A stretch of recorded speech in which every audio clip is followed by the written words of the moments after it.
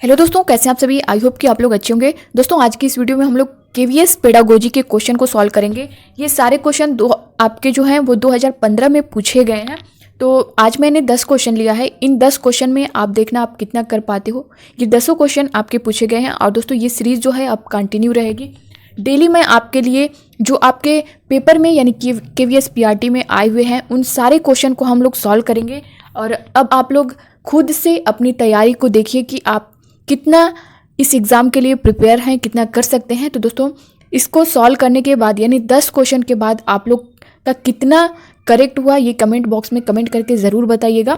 तो दोस्तों स्टार्ट करते हैं। पहला क्वेश्चन, समूह में और सहभागिता द्वारा सीखने के अभ्यासों को ऑप्शन फर्स्ट है निरुत्साहित किया जाना चाहिए, सेकंड है अनदेखा किया जाना चाहिए, सी है प्रोत्साहित किया जाना चाहिए, डी है उपयुक्त में से कोई नहीं। तो दोस्तों समूह में और सहभागिता द्वारा सीखने के अभ्यासों को क्या करना चाहिए, तो इसका आंसर आप लोग फटाफट करिए। समूह में और सहभागिता द्वारा सीखने के अभ्यासों को क्या करना चाहिए, निरुत्साहित करना चाहिए। नहीं दोस्तों ये नहीं होगा आपका। अनदेखा किया जाना चाहिए, ये तो होगा ही नहीं। जैसा कि आपने सीटेट में भी किया होगा पेडागोजी के क्वेश्चन, तो आप तो थोड़ा बहुत तो समझ ही सकते हैं।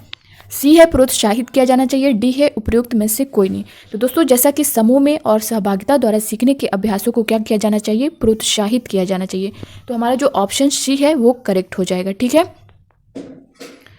दोस्तों, क्योंकि इससे सहयोग, सकारात्मक और व्यवस्थापन, सामाजिक अंतरक्रिया आदि गुणों का विकास होता है। किसे, समूह और सहभागिता से। तो ठीक है, इसको जो है हमें प्रोत्साहित किया जाना चाहिए। तो हमारा जो सी ऑप्शन है वो पूरी तरह से करेक्ट है। अगला क्वेश्चन हम देखेंगे।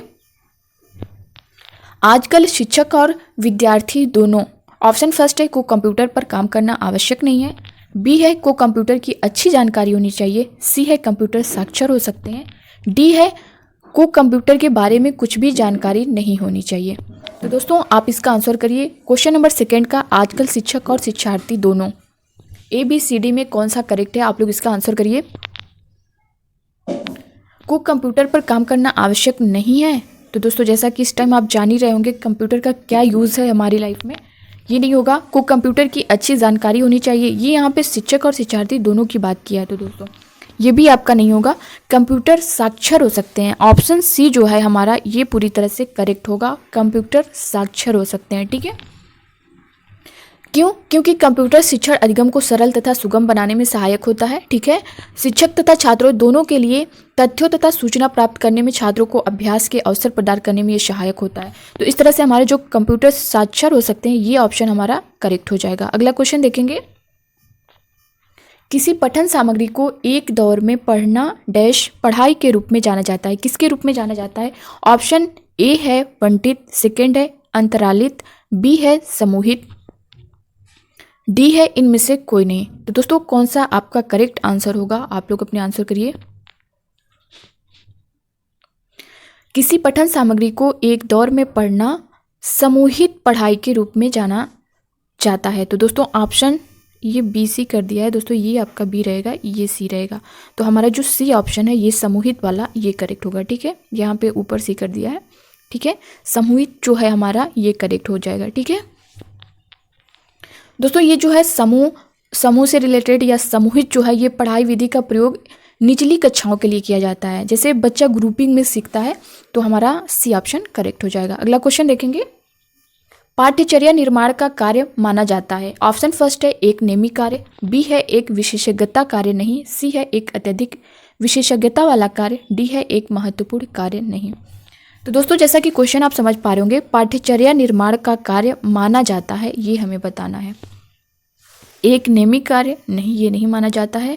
एक विशेषज्ञता कार्य नहीं, ये भी नहीं होगा आपका। एक अत्यधिक विशेषज्ञता वाला कार्य ये आपका करेक्ट आंसर होगा, यानी ऑप्शन सी जो है वो करेक्ट होगा। क्योंकि दोस्तों शिक्षा एवं शैक्षणिक व्यवस्था में सकारात्मक परिवर्तन सुधार हेतु पाठ्यचर्या एक उद्देश्यपूर्ण व्यवस्थित माध्यम है। ठीक है, तो हमारा इस तरह से जो करेक्ट आंसर होगा वो सी होगा। नेक्स्ट क्वेश्चन पे हम लोग चलेंगे। दोस्तों ये सारे क्वेश्चन जो है आपके केवीएस पीआरटी में पूछे गए हैं, उन क्वेश्चन को मैंने लिया है ताकि आप खुद से अपना देख सकते हैं कि आप कितना कर पा रहे हैं, कितना नहीं कर पा रहे हैं। लेकिन दोस्तों आप अपने जो क्वेश्चन है उसे, जो आपके कितने नंबर हो रहे हैं, कितने करेक्ट हो रहे हैं, उसे काउंट करते रहिएगा और कमेंट बॉक्स में कमेंट करके ज़रूर बताइएगा कि आपका कितना करेक्ट हुआ। नेक्स्ट क्वेश्चन आप देख पा रहे होंगे, विद्यार्थियों की प्रशंसा की जानी चाहिए।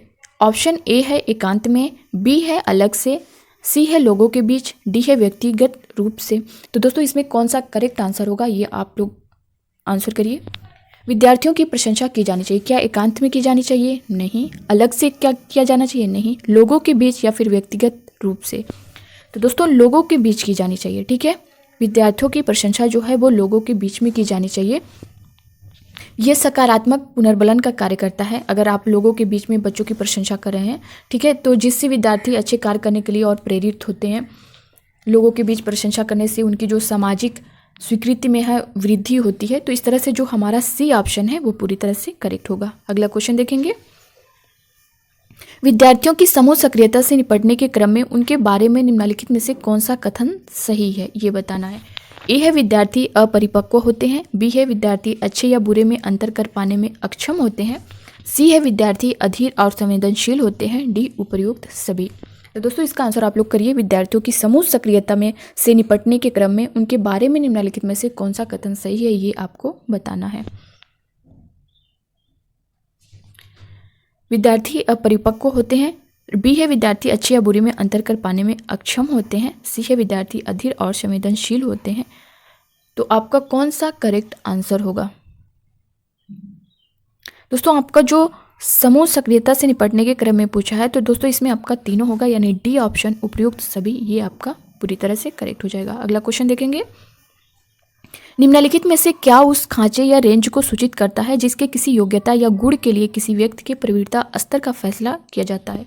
फर्स्ट है ग्रेड, सेकंड है अंक, और आपका सी ऑप्शन है ए और बी दोनों, डी है इनमें से कोई नहीं। तो दोस्तों इसका आंसर आप लोग करिए, इसमें से कौन सा करेक्ट होगा। तो दोस्तों जैसा कि क्वेश्चन में आप समझ पा रहे होंगे, उस खांचे या रेंज को सूचित करता है जिसके किसी योग्यता या गुण के लिए किसी व्यक्ति के प्रवीणता स्तर का फैसला किया जाता है। तो दोस्तों ये ग्रेड पे भी होता है, अंक पे भी होता है। तो ए और बी जो दोनों ऑप्शन है ये आपका यानी सी ऑप्शन करेक्ट हो जाएगा। अगला क्वेश्चन हम देखेंगे, स्कूल पुस्तकालय किसका एक शैक्षणिक तंत्र है ये हमें बताना है। ऑप्शन फर्स्ट है यानी ए है मूल्य, बी है थोड़े महत्व, सी है ज़्यादा मूल्य नहीं, डी है विचारी या फिर यथेष्ट मूल्य। तो इसमें कौन सा आपका करेक्ट आंसर होगा? आप लोग अपने आंसर करिए। स्कूल पुस्तकालय किसका एक शैक्षणिक तंत्र है? क्या मूल्य का है? अल्प मूल्य दोस्तों यहाँ पे होगा। क्या इसका है? ये नहीं होगा आपका। थोड़े महत्व ये भी नहीं होगा। ज़्यादा मूल्य नहीं ये भी नहीं होगा। दोस्तों आपका जो डी ऑप्शन है विचारणीय यथेष्ट मूल्य, ये आपका पूरी तरह से करेक्ट होगा। क्यों? क्योंकि पुस्तकालय का ही वह स्थान है जहाँ पर शिक्षक तथा शिक्षार्थी दोनों बैठकर पुस्तकें पढ़कर अपने रुचि के अनुसार अपने ज्ञान में वृद्धि करते हैं, नवीन ज्ञान को सृजित करते हैं। तो इस तरह से हमारा जो डी ऑप्शन है ये करेक्ट हो जाएगा। अगला क्वेश्चन हम देखेंगे, शिक्षण के प्रति अति सक्रिय रवैये नज़रिए का अर्थ है। ए है गतिविधियों के माध्यम से सीखना, बी है सशक्त और प्रभावकारी शिक्षण, सी है शिक्षक अनिवार्यतः ऊर्जावान और अति सक्रिय हो, डी है विषय अति सक्रिय होने चाहिए न कि स्थिर या फिर शांत। तो दोस्तों इसका करेक्ट आंसर क्या होगा? आप लोग अपने आंसर करिए। शिक्षण के प्रति अति सक्रिय रवैये का अर्थ है, दोस्तों इसका अर्थ है गतिविधियों के माध्यम से सीखना। जैसा कि आप फर्स्ट यानी ए ऑप्शन देख पा रहे होंगे, ये आपका पूरी तरह से करेक्ट होगा।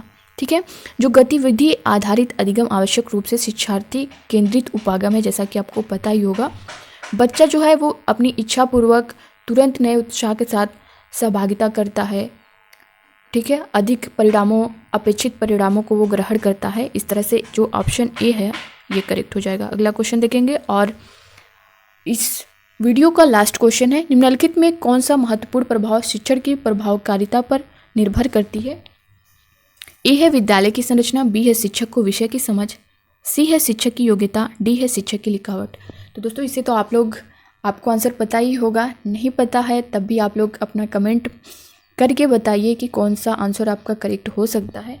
कौन सा महत्वपूर्ण प्रभाव शिक्षण की प्रभावकारिता पर निर्भर करता है? दोस्तों विद्यालय की संरचना, इससे क्या रिलेट करेगा? ये तो होगा ही नहीं। शिक्षक को विषय की समझ, सी है शिक्षक की योग्यता से क्या मतलब है? शिक्षक की लिखावट नहीं। दोस्तों जो महत्वपूर्ण प्रभाव शिक्षण है वो शिक्षक को विषय की समझ होनी चाहिए। ठीक है, यानी बी ऑप्शन हमारा जो है वो करेक्ट होगा। इसमें दोस्तों प्रभावशाली शिक्षण के लिए शिक्षक में जो गुण होना आवश्यक है, उसमें से आपको ये है शिक्षक को विषय की समझ होनी चाहिए, अपने कर्तव्यों के प्रति उन्हें निष्ठावान होना चाहिए, पाठ्य सहगामी क्रियाओं में रुचि होनी चाहिए, उनको प्रयोग एवं अनुसंधान में रुचि होनी चाहिए, व्यावसायिक प्रशिक्षण का अभ्यास होना चाहिए। तो ये जो है ये क्वालिटी शिक्षक के अंदर होनी चाहिए। तो इस तरह से हमारा जो ऑप्शन बी था वो पूरी तरह से करेक्ट हो गया। और दोस्तों ये सारे क्वेश्चन आपके जो है वो 4 अक्टूबर 2015 को पूछे गए हैं। तो उसमें से मैंने 10 क्वेश्चन लिया है। आपको कैसा लगा और आप इतने में कितना, इन 10 क्वेश्चन में कितना कर पाए, कमेंट बॉक्स में कमेंट करके ज़रूर बताइएगा। और दोस्तों वीडियो अच्छा लगा हो तो लाइक करिएगा, ज़्यादा से ज़्यादा शेयर करिएगा ताकि हर स्टूडेंट तक पहुंच सके। तो दोस्तों मिलते हैं अब नेक्स्ट वीडियो में, नेक्स्ट सीरीज में, क्योंकि अभी इस जो ये आपका 2015 का पेपर है, ये सारे क्वेश्चन अभी कंप्लीट नहीं हुए हैं, क्योंकि आज मैंने 10 क्वेश्चन दिया है, कल हम इसे कंप्लीट करेंगे। तो कल का वीडियो आप लोग ज़रूर देखिएगा। तो मिलते हैं अब नेक्स्ट वीडियो में, तब तक के लिए बाय बाय, टेक केयर, खुश रहिए, पढ़ते रहिए।